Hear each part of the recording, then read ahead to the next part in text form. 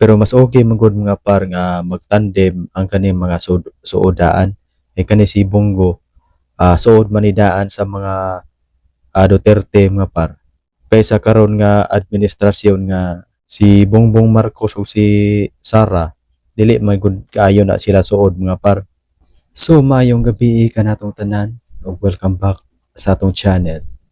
Ug daghan kayong salamat mga par sa inyong pagsuporta o sa ako ang mga viewers nga wala pa naka-subscribe, palihog og subscribe nga par kay para ma-update mo sa atong mga i-upload nga mga video reaction.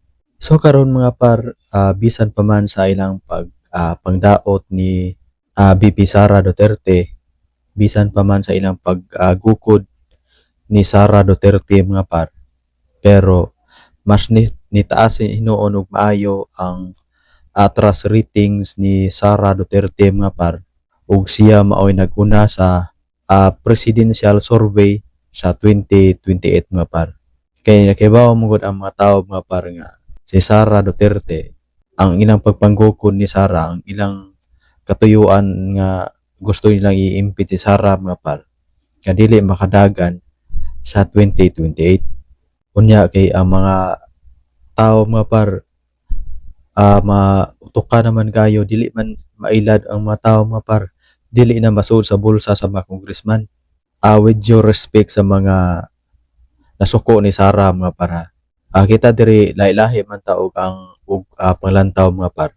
Kung wala mo nakauyo ni Sara o inyo harasad na, kay kita diri lahi-lahi man ta og panglantaw o sa mga dumadapig ni Sara.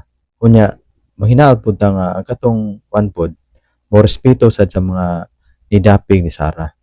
Unya sa vice presidential mga par, si Bongo ang naguna mga par. Si Bongo ang pinakataas og trust ratings pagka vice president mga par. Pero mas okay man gud mga par nga magtandem ang kaning mga suodaan.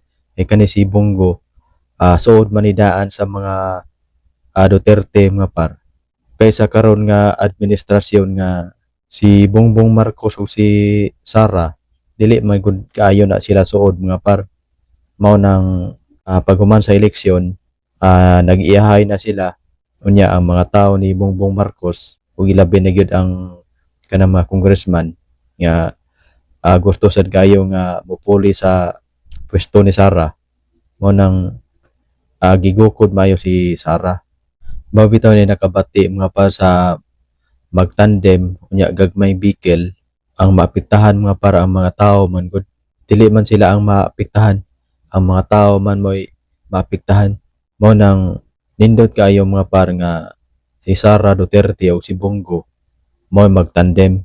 Kay nindot kayo ang dagan bitaw sa pamunuan mga par, kay suod man silang daan. Unya si Sara Duterte god o si Bongbong Marcos dili man gud sila suod. Mao nang gamay rang bikil nila magagubot na. So daghan kayo salamat mga par sa inyong pagsuporta sa akong channel. And then palihog ko og subscribe mga par kay para ma-update mo sa atong mga i-upload ng mga video reaction.